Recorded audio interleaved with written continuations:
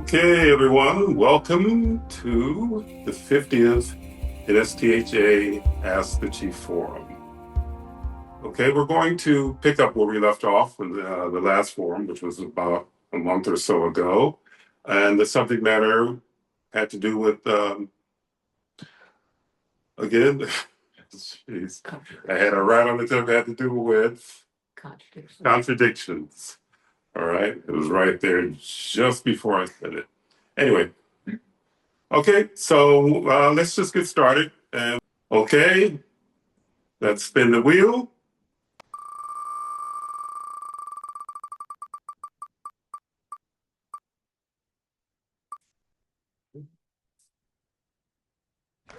Then this time, Sayer. Oh, okay. Okay, Sayer, what do you have for us having to do with contradictions? Yeah, so I was trying to turn it into a question, but I was wondering if individuals are encouraged to promote world peace through campaigns, humanitarian efforts, and messages of unity. Why do governments and political systems still play such a major role in large-scale conflicts? Well, again, I probably had said this in the last forum, which you're probably going to hear quite a bit with each question. It has to do with literally everything being a lie, to tell the truth. So they talk about world peace, and then they get all these guys in suits standing up, and then they join with artists and whoever else and so-called humanitarians, and we're all going to go for peace. But then for some reason, they always find a reason to go to war. And again, it's based on a lie. Literally, what they're telling folks to their face on media is obviously not what they're doing behind the scenes. So, as you know, with me, it goes deeper than just people being jerks. That really has to do with a system in this world that is about essence and how they get essence, the kind of essence that they like, the energy they get from things, always has to do with something negative. Now, if they feed from negativity and that's how they survive, why would they want peace? So you could say perhaps that those individuals, those humans or mealworms or whatever what density calls them, are literally well, there are those obviously who know that they're full of it, that they're waving, oh, it's for peace, that's for peace, and everything. We're striving for peace, or we're going to eliminate sexism, we're going to eliminate racism, we're going to eliminate all this other kind of BS. And in reality, they know that they're not. Just to keep the masses running around chasing their tails or in some kind of cloud. And I don't think as many people are fooled by it as they used to be in the past. And there was always individuals who really weren't fooled by it, but they were outnumbered by the masses of those who were, I would say, robotic or brainwashed or just really locked down by the system. So in reality, this is how they feed. And to tell you the truth, if you're hopeful that there's going to be peace and then there isn't, what happens? You get depressed, you puff out a certain type of depressive energy. Anything that's negative, they like it. There's an energy to it. Just as you're focusing on this whole business about war, it's like when someone is a so-called spiritual leader, and he gets you believing that he's or she's going to solve the issues, and then you put all this energy into them. All you need to do is pray, and and you will be delivered, and all of this stuff. A lot of them, run that number about going to some nirvana or to heaven or something like that, which you know Have they ever really seen it? Have they been there? I've never heard anybody actually going to some place called heaven or nirvana and then coming back in that same skin. So, does any of that, exist in a world of lies? Just expect everything to be a lie. It's easier that way. I'd rather than prove the truth than to again the word believe, which means believe is that you're believing what someone is relaying to you, what someone is telling you without proof of seeing it for yourself. So in reality, no, they're not interested in peace as long as these guys feed off of the density or the monopoly money that they get that's granted to them by the system or those that are behind the system. And they feel that, money is the thing, man. They're gonna, you've probably run into people who do anything for money. There used to be a saying that every man has his price. He won't do it for this amount, just taking that stack. We'll get him to do it. And if there's an individual who still won't budge, what do? They bump them off. Let's get him out of the scene. This guy has, too many scruples. So anyway, with that, the long, short answer is that it's a lie.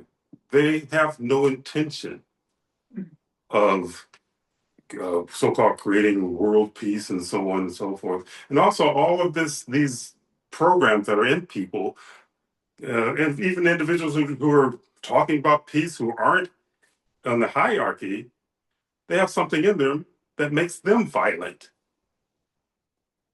I want peace, but for some reason, they'll find some reason a lot of times to be violent themselves or to be angry themselves or to be a problem themselves. So to tell the truth, it's not just the hierarchy, it's just people in general. Chief, Yes, go ahead. now do you think that some of that could have come from through childhood, where children are told to, if you do this and that, you'll get this. And then when they decide later, okay, you're not going to get that.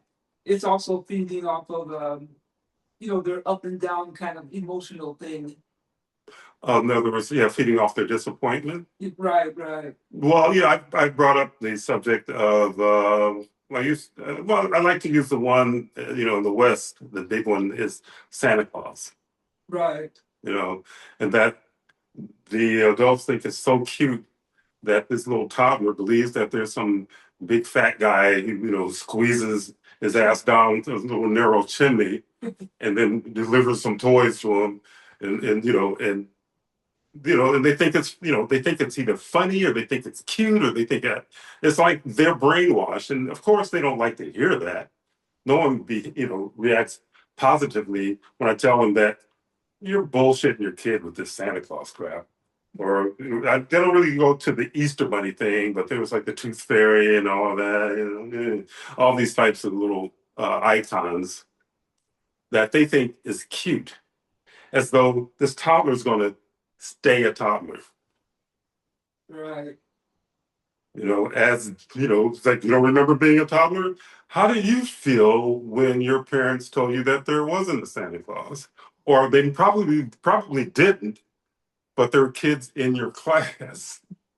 And I've heard stories about this, where I forgot what grade it is, where a lot of kids just like, there ain't no Santa Claus. But then there's some other little kid who didn't get the memo. Santa gonna get you. Said, this class still believes in Santa Claus. And how does that make that person feel? Not very good. And what happens? They start to look at their parents, their parental units. Said, well, you want me to trust you, but you've been lying to me since I was yay high. Why should I trust you? Their parents were, my kid's not behaving, and he's. Are you an idiot? Maybe that's a redundant question. How about this?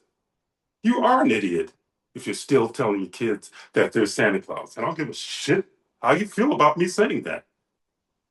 You're asking for trouble. That kid's not going to believe you as they get older. That's the first hit.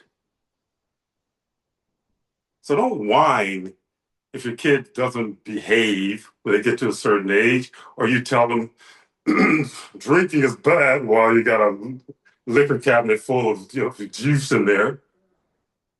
It's bad. Well, how come you're doing it? Do as I say, don't do as I do. It's like, well, they must be enjoying it. I must be missing out on something. They sneak out, they break into your liquor cabinet, and then you, why are you breaking into my liquor cabinet? Are you stupid? Really? So anyway, going back to contradictions, yeah, it's a big contradiction. It's one of the biggest ones. My kids were little. They said, man, there's no Santa Claus. And I probably told this story in another forum. And they were, I don't know, maybe 7, 6, 7, 8. And they were at it was like a general store where I lived at the time. And there's some guy going, hey, what's Santa getting you for Christmas? They said, we don't believe in Santa Claus. What? Then you're a bunch of losers. Grown ass MFer yelling at little kids, assholes. You're all assholes. You drink, they said the Kool-Aid, you drink the Kool-Aid, and you want everybody else to drink it with you. Cluster together. Yeah, you think it's fun. Tell the kids that's Santa Claus. You're cruel. You deserve to have your kids not trust you, give you a hard time when they get older. Because you lied. And don't call it a little white lie. A lie is a lie is a lie. Anyway. Well, one last thing, Chief. I'm saying, get me wound up even more. Okay. Bring it. Okay. I was thinking, when you said contradictions, I was also thinking that, like you said, they're lying about the Santa Claus. Mm-hmm. And then say one of the children are up late midnight, they see Daddy dressed in Santa Claus outfit.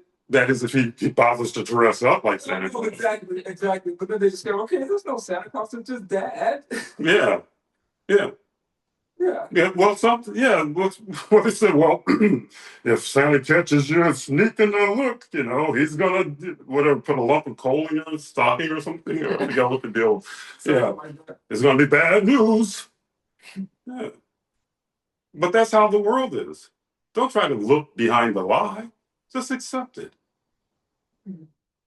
And then when you find out that it is a lie, just accept it. Yeah. Don't get angry. Don't feel like you want to get back at whoever's lying to you. The same clowns that'll lie to you, do something to them, see what happens. They never forget it. That person crossed me, and by golly, they're on their deathbed still. By golly, that son of a bitch, he lied, Hypocritical. Bunch of hypocrites on top of it all. So, again, yeah, that's how the system works. They want you to accept lies. And then if you don't accept lies as an adult, then you're a conspiracy nut or something like that. They got all kinds of names for those who don't want to fit inside of the Kool-Aid box. We're going to call you some names. In the past, they try to take your avatar out, man.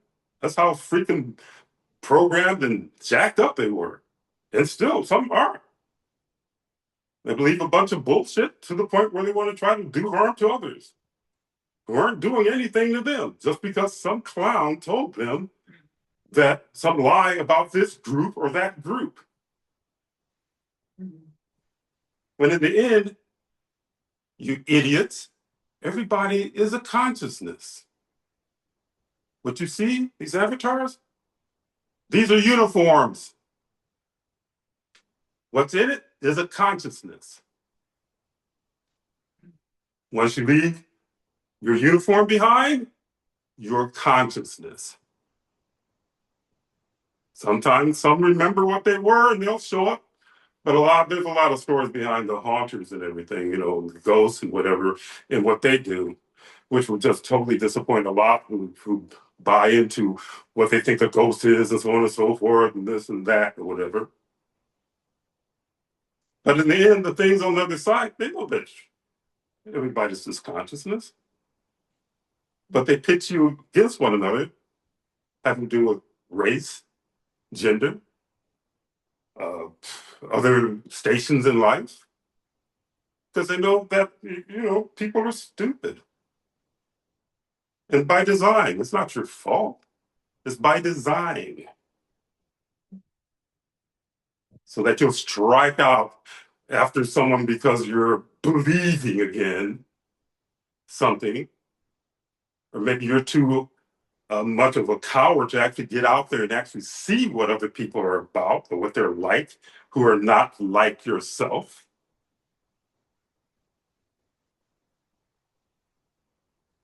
The system loves this stuff. It operates from the other side. It has its agents who walk around in the skin just like they're walking around in your skin. And their thing is to promote this type of behavior. There's no accident why certain individuals are, are notable or on certain hierarchy, political, entertainment, or whatever, anywhere, any, I would say, level or any career where they feel that that person can influence other people. So not only so-called religious leaders, what they call leaders, but religious puppets, political puppets, entertainment puppets, because there are entertainers that can shift a person's political view of things. It's about some hateful stuff, and then some numbnuts are, he said the hate feeds me. I'm gonna go because I like him. I like his music, so I'm just gonna do whatever he says or she says. The world is full of that. It's a struggle for those out there who are really pushing against that box, really pushing to break through that box, because something in you might be telling you that this place is so full of it, this can't be all there is in the universe. And it isn't all there is in the universe. This world is a minute little box in the hole. And keep pushing. That box is not that thick. Just have the nerve to push. That's why they like fear also. That's why you always hear them ramping up fear. Because they figure they ramp up enough fear, most program NPCs will do all kinds of things that don't make sense because of fear. Fear this, fear that. Oh, we're the greatest country in the world. And those who've never been anywhere said, yeah, we're the greatest country in the world. But those who've been out said, there's some places that are kind of cooler in certain ways than this place. This is the mess. But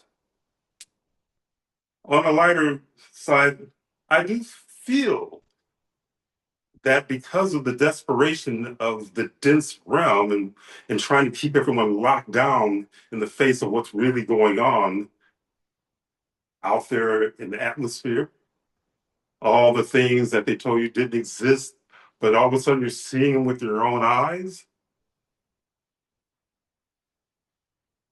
which does something to your psyche.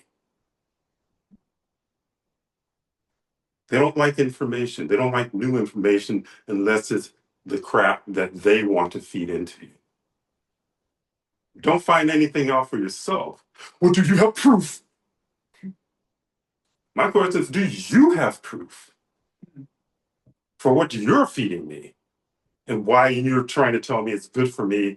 And if you've been around long enough, which I've been around a while, I know it's bullshit. Peace? Things get better. My ass.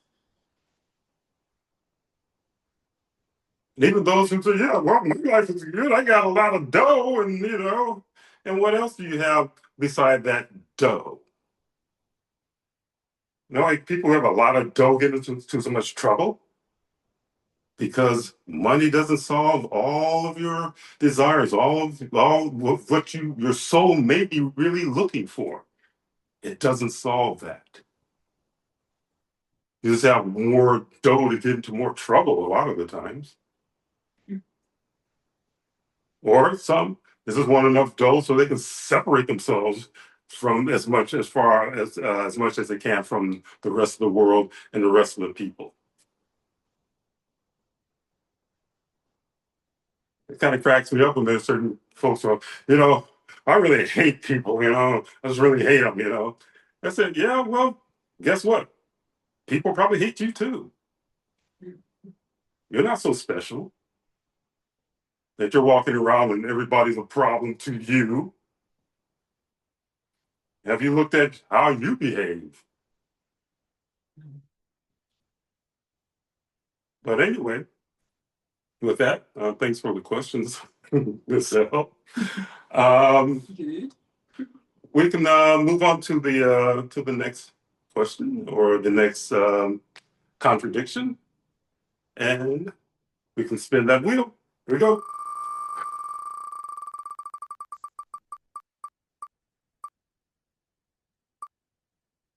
HP Nelly.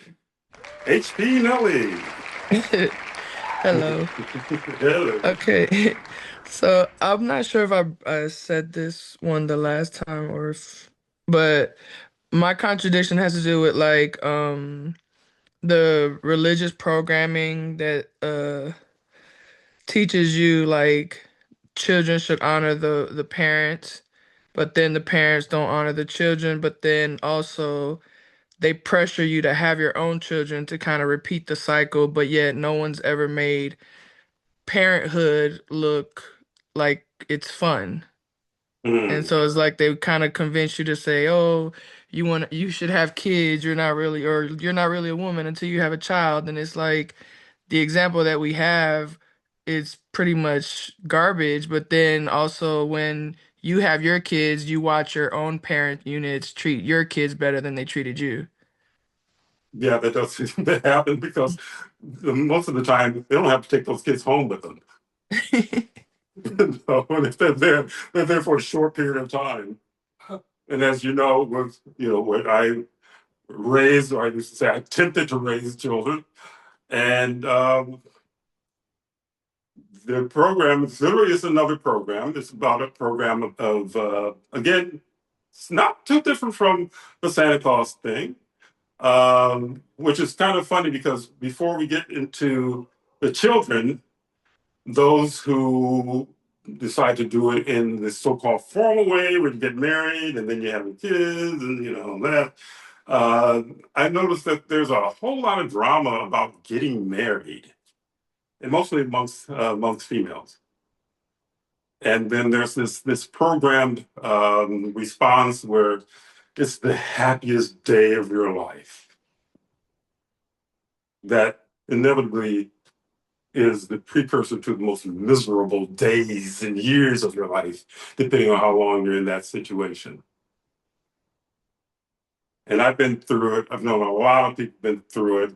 And I don't have I've never really met anyone. I just had a wonderful marriage. And usually someone said, oh, my marriage was so wonderful. And I said, really? And they said, well, actually. Or what is it? Children are a blessing. They're not a blessing. Or I don't know what a blessing is. There's a lot of work that goes behind it. With my kids, I definitely had, care for them, but it's a very difficult world to raise children in. And also, what you were saying about, honor thy parents, and that's what. And I'm not sure if that goes across the board with all religions, but we know one specific religion where we heard that. And parents are people, you know. So you're in the world, you're out there in the world, doing your thing. How often do you run into people who are not very nice? Who are just straight up a-holes. Especially up to a certain age, you look at them, they have kids. Now, are they just being an a-hole to you, or are they just a straight up a-hole in general? If anyone really bothers to actually research, they'll find that there's a lot of people who are parents who are really crappy, awful people, very psychologically abusive to physically abusive to their children. So again, it's another program, and if we go deep, and that's where I live, who wants you to have this struggle? The things that feed off your misery. They want you to have that struggle. I know that there were parental units who were saying, yeah, I hope you have kids so you can experience what I'm experiencing with you right now. Because they're, the kids the kids in their teens and they're rebelling and they're staying out late, they're getting drunk, they're doing all kinds of things that the parental unit is really like, doesn't want them to do. They won't listen to me. Can you say Santa Claus? Why would they listen to you? There's a number of things that parents tell their kids, and when they're younger, that's not true. So there's things, yeah, you don't want a little kid exposed to, but if you can break it to them in a way that they understand, even just the whole concept of transitioning, of death. So that, well, grandma, she just went away. I said, why grandma? But she just went away. You know, I said, well, people they're here for a certain amount of time, then in this world they transition out. That's just the norm. One thing that helped with certain kids and it helped with me as a kid, probably siblings, is that we grew up in the rural area. We lived, pretty much on a farm at times, and we had animals, pets. So at a very young age, we understood what death was. Because you have animals, and and they die. Some, tragic, like dogs that got run over by cars. But it didn't ruin me for the rest of my life. It just really became a realization that things are finite here. So again, with the lies, where people are programmed to lie and think it's okay to lie, you should have a whole bunch of kids. And one of the parental units was telling me that about having a bunch of kids, and that was when he let's say when he was growing up, there's a lot of kids in his family, and with that, there was a lot of trauma in that family. Everybody had their own personality. And not only just, someone telling you, telling the kid about Santa Claus and the kid rebelling, they have their own personality. Some are more rebellious than others. And that goes even deeper, and don't have time to really get into what I understand about what a consciousness is and past expressions and all of that stuff that folds over into present day, into a present expression. And they take some of that personality with them into the new. And whether that person believes in reincarnation or not doesn't matter. There's examples of young children who remember their previous lifetime, their previous expression. Because the time frame doesn't overlap, but they end their expression here, and then a few years later, they're born into another family. And then they start talking about their other mother, and the mother is like, "No, I'm your only mother." Said, "Nah, I had another mother." To the point where there's more than a few situations that are chronicled where the kid remembers if they were like in near the area, in the general area, could be like a couple 100 miles from where they are at that time. The kid's never been anywhere outside of that particular town or city, but he knows details about this other city that he or she had a lifetime in. And there are times that people that they knew are still alive. And there are stories where they're telling him, "No, I want to go to this town." One kid even tried to hitchhike because he wanted to see his whole family. And I don't know if he was like 8 or 9 or something like that.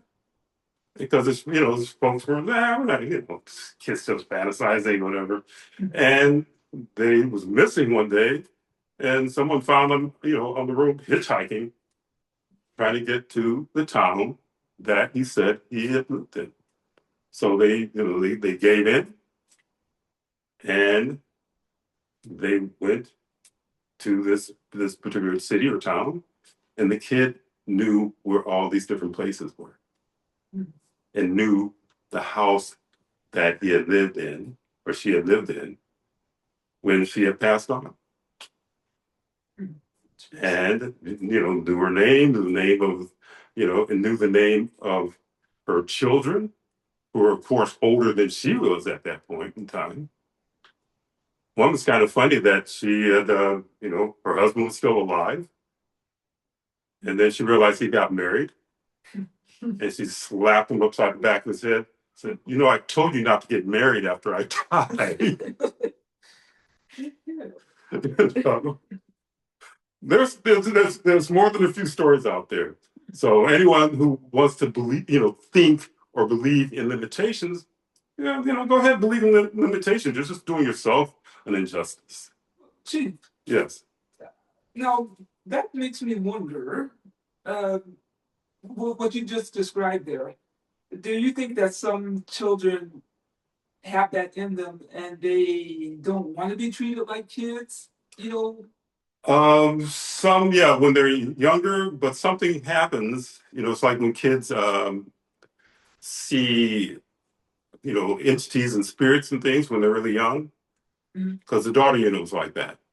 Mhm. You know, she would tell me about, these spirits will come into her room and interact with her.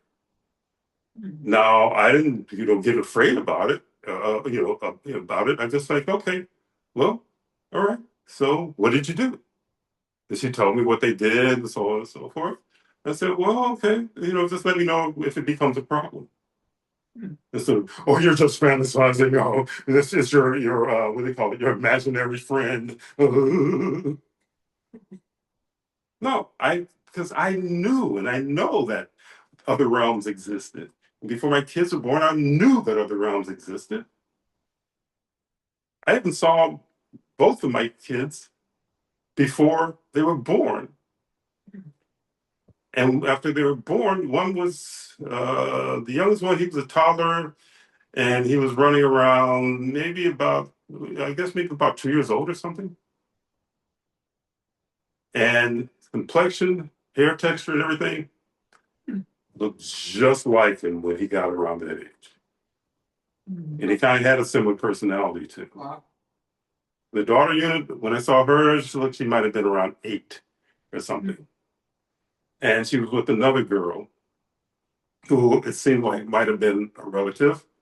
And this child wasn't born yet either.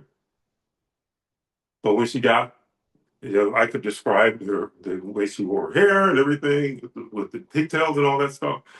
And I'll be darned, certain complexion, certain features, she looked exactly like what I had dreamed, and I guess it was a lucid dream or whatever it was. She looked exactly like that.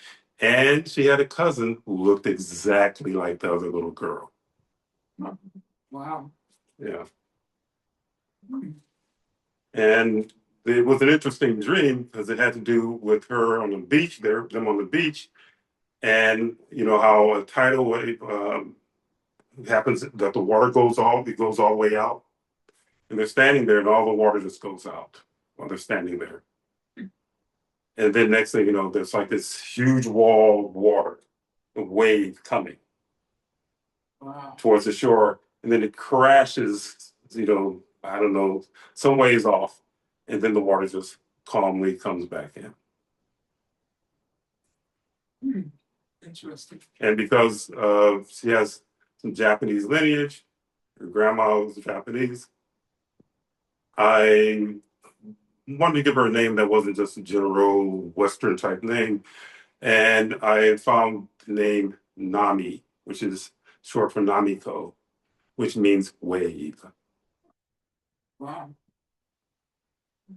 So there's a lot, if you open up and accept that you don't know everything, and there's nobody walking around on this planet, I don't give a crap what their station is, your pastor, your imam, your whoever, cleric, whatever, they don't know everything. 9 times out of 10, they may just be puppets of the system anyway, just to keep you crushed down. Don't look up. Don't think. We'll tell you what to think. How unfulfilling of an existence. Hiding from everything and just accepting whatever the system feeds you.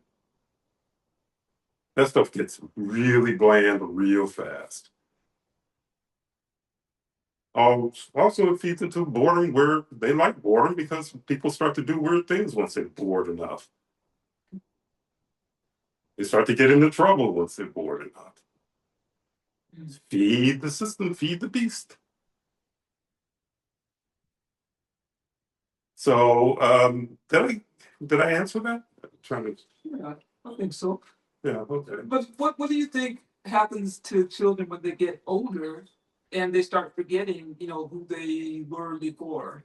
Inevitably, they'll start to forget if the parental units don't support, what they know when they're younger. Mm-hmm. So I always supported, and they remember stuff when they were kids. I always supported it because it didn't scare me. Wasn't trying to fit into some group who would think that I'm weird because I believe that my kid is interacting with spirits. That's why certain religions stay the hell away from, man. It's going to lock you down into a prison in the mind. Your faith? It seems like the definition of faith is like another word for belief. Believing in something that has not really been proven to you. A person can stand there and convince you. Who else does this? Try to convince you of something. Swindlers did that. They convince you to spend your money on stuff just from their word because their story is so intense. If you're not locked down by the system or by religion or by whatever, where a parental said, "You don't believe me? Well, if a kid doesn't believe me, I said, well, find out for yourself. Mm. You may not find out tomorrow, but hey, I respect your freedom to think. Mm. You know, but don't be disrespectful in the process. If you don't believe it, okay, fine. If I'm not able to prove it to you at this point, then you're going to find your own proof. There's certain things, of course, with a kid. You say, look, don't go walking blindly out into the middle of the street when they're really little. You know, so we don't need that experiment because you might not come back from it. But what happens is that how things are programmed, and literally, there are times that the parental units you can be your worst enemy, especially if you're seeking enlightenment and you feel that you're on your own personal journey and your thoughts are expanding in a certain way. You'll find a lot of times if you're like that, you're going to not find much company. It's like you're walking around amongst a bunch of robots or zombies. And that can be torturous in itself. I think the system likes that. They like if you're someone who really wants to expand how you look at things, but you keep running into these walls all the time. So it serves two purposes. It's to break you down, and then also to feed off you while they're breaking you down.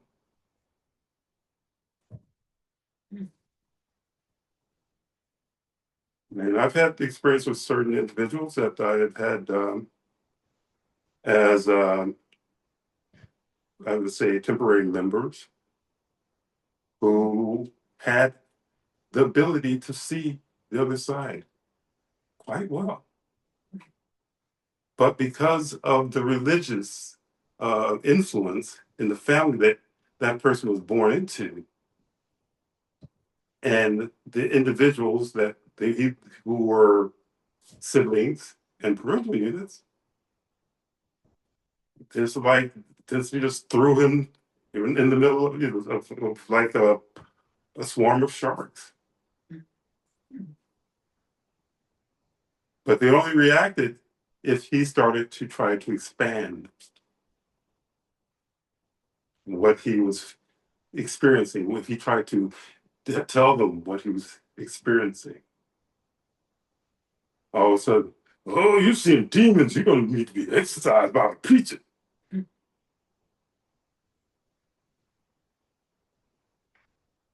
That person, the experiences are so intense that there's a number of them that go into, alcoholism, drug abuse, to try to quiet the other side. Because those who are around them don't know anything, and they don't want to know anything having to do with what that person's experiencing. And a lot of times it has to do with their fear. Or they're into some other type of, like intense magic or whatever it is.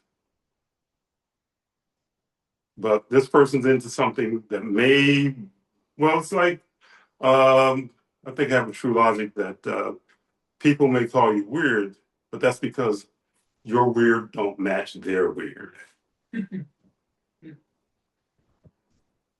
So they're into the stuff that another group will say, that's some weird stuff. But then you have a certain experience.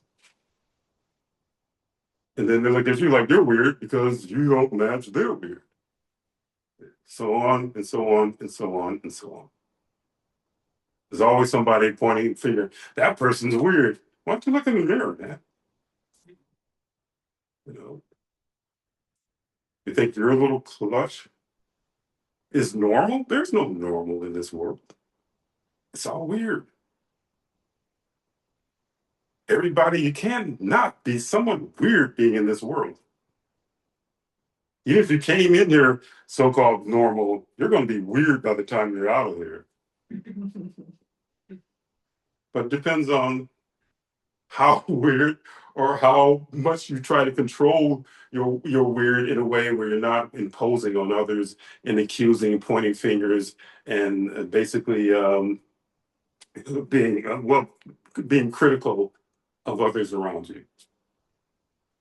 Because you can do that till the cows come home.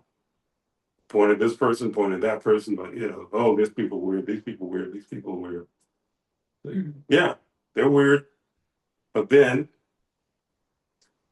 what are you into? It's like individuals who in like the States, eating bugs is not a big, it's not really a big thing for middle America. But other cultures, they eat bugs. They say, well, them people are weird, they eat bugs. People eat bugs, and those people are weird. They're missing out on all this protein.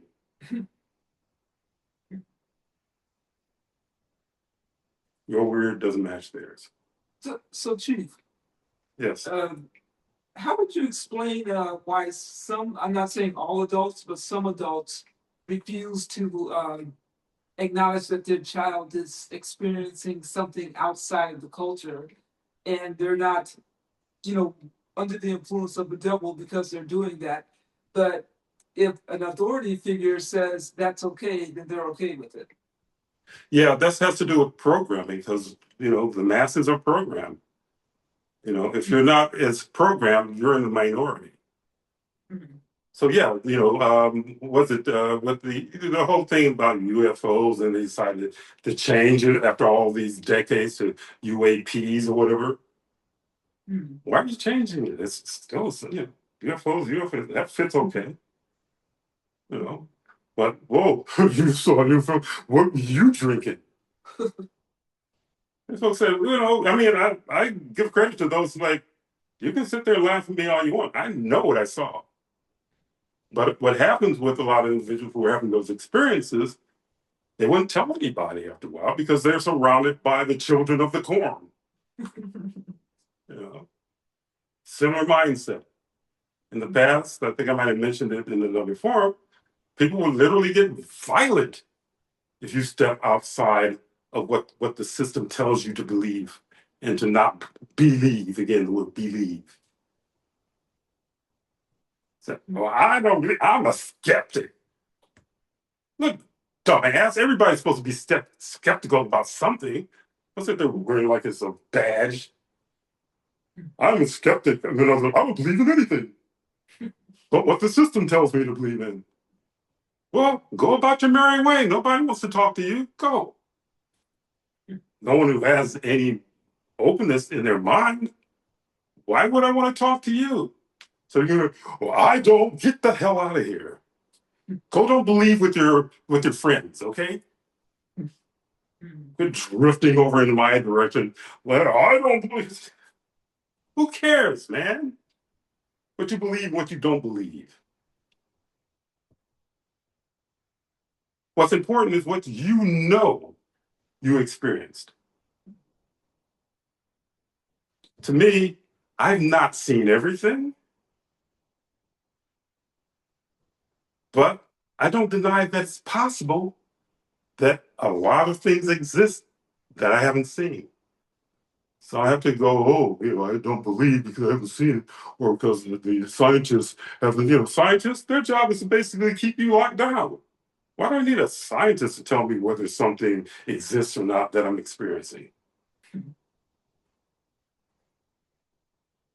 I experienced something they decided to name, if they didn't have a name for it when I was experiencing when I was a kid, called sleep paralysis. Well, scientists say there's a medical reason, blah, blah, blah, blah, blah. I said, and after you weren't in my skin when I was having this, and then some entities come waltzing into my room and sitting on my bed. Oh, you're delusional. You weren't in my skin. You can take your science and your scientists and shove them up your little butt. I don't care. It doesn't enhance my existence being blocked and locked down by some nincompoops whose job is to keep you locked down. I believe in science. Well, go ahead and believe in science, man. Go. There's a bunch of you. Go get crowded off, march off into the ocean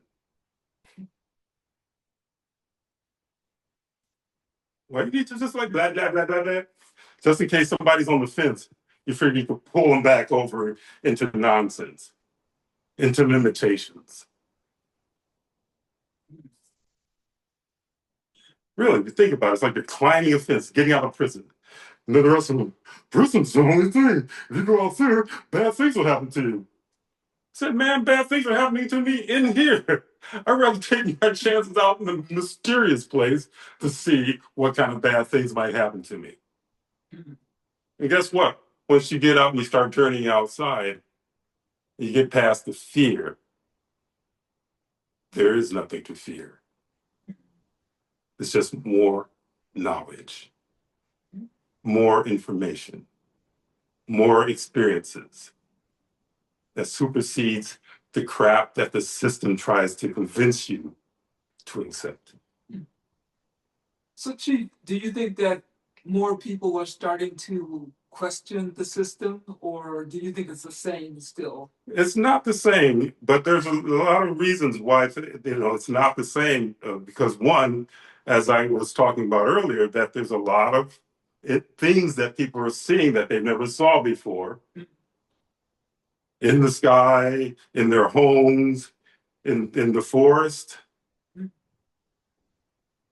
So when you start to see it enough, there's a part of you, it's like somebody's trying to tell me that I'm crazy because I'm seeing these particular entities showing up in my house, or things are moving around in my house,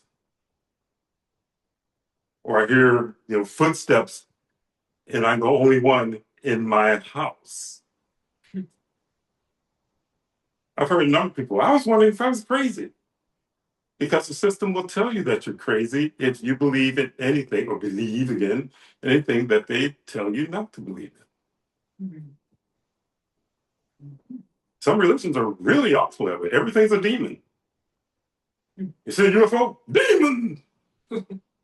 Okay. There's an entity in my house. Demon!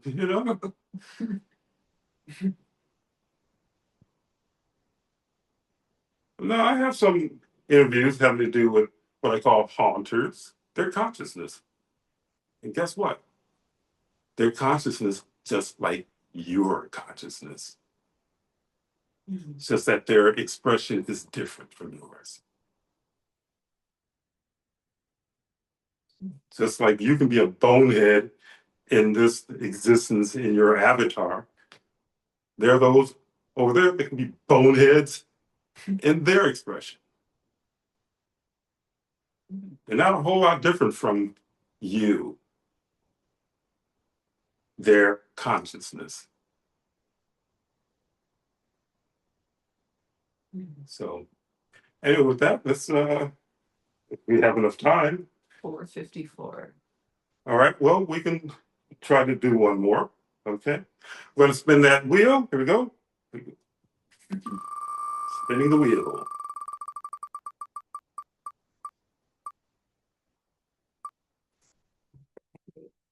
Jessica. Oh, Jessica. What you got? So there were commercials in the past about different types of medicine and showing people looking so happy and healthy. And then at the end of the commercial, they would really fast kind of try to list out all the side effects. And the side effects from the medicine sounded worse than the symptoms. Yeah. What was the other one? One was like bleeding bowel movements or something like that. Yeah, I've seen that too. Yeah, they got like I guess a senior couple out there just really enjoying themselves out in the park, just dancing, and then at the very end, just like you said, really fast. Bleeding bowels. This is so wait. What? Yeah. So yeah, again, it's just how the system is, and even with all that, there's still individuals who go out and they'll try this stuff. Yeah. And I remember years ago, because I knew people who were in medicine, where there's one who was saying that, yeah, there's these, the pharmaceutical companies will come and they'll have like these, well, not so much experimental, you might as well say they're experimental, because the FDA will, okay it. And then, of course, once it starts killing everybody, nobody blames FDA for actually making it legal to be used. They say, oh, we're just taking it off the market. No one pays for those who actually suffered from these pharmaceuticals. But the doctor was saying that he would actually be told by the pharmaceutical company what this particular drug is supposed to do, and say, yeah, just try it on your patients. So, well, we've already tested it and it's been okayed by the FDA or whoever okays pharmaceuticals, and that was he's experimenting on you. And one of the things I thought was really kind of funny about some of the doctors is that if they can't figure out what's going on with you, so we'll do more tests, because they don't deal with everything. They deal with this box. And if they go outside the box, that there may be something on another level energetically that's affecting you, then they're a quack. Or they can, I think it's the lawyers who can be disbarred, but I forgot what it is with doctors, where you can lose your license. If you're caught doing something that the system says you shouldn't be doing, which even if it helps the person. But the interesting thing, even with all of that, and they're warning, they're quacks. I remember they were doing this for decades. Those people who are energy healers are quacks, quacks, quack. Even just individuals who were actually, and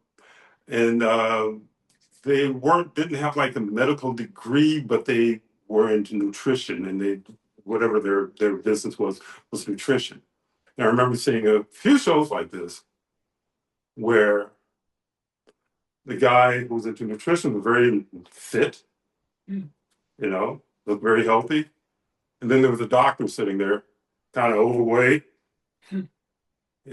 bad posture. And he said, this guy doesn't know what he's talking about for health. He's a quack.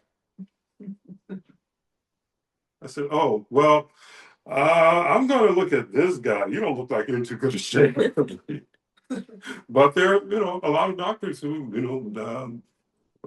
drug abuse be a stressful, stressful job. Also, it's a cult. If you think about the residency, ask anyone who went through residency. It's like a cult. They keep you going even when you're tired. Even when you're dead tired, they keep you going. And they had a guy in the operating room when my ex-wife was giving birth cesarean, my daughter. And it was pretty grueling, blood everywhere. And they had a guy in there who was doing his residency. And so the nurse like, oh, can you take some pictures of the baby? And I'm taking pictures. This guy's holding it, and he's like, so, getting all like annoyed that I'm taking these pictures. And the nurse came and she just gently took the baby. Said, "You get out of here." Okay. Because he was dead tired. They have him running. They have him on call. So yes, they have to show up. What does that? Cults do that. Sleep deprivation to program you into their program.